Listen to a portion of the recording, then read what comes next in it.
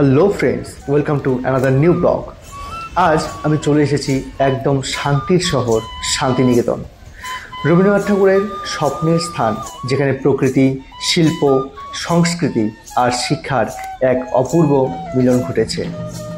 চলো আজ একটু কাছ থেকে দেখে আসি এই মাটির গন্ধ, লাল মাটির পথ আর রবীন্দ্রনাথের স্মৃতি।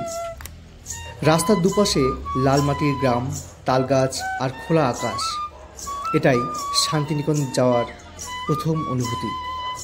এখানকার লোকশিল্প এবং হস্তশিল্প সত্যি অসাধারণ। আর যে পেছনে শুনতে পাচ্ছেন বাউল গান, এই হচ্ছে শান্তিনিকেতনের প্রাণ, বাউল সঙ্গীত।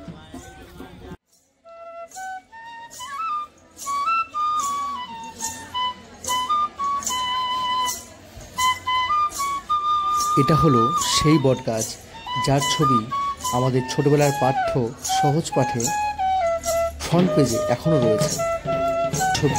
এই হলো সেই ছাতিমতলা, যেখানে কবিগুরু রবীন্দ্রনাথ ঠাকুর বসে কবিতা লিখতেন।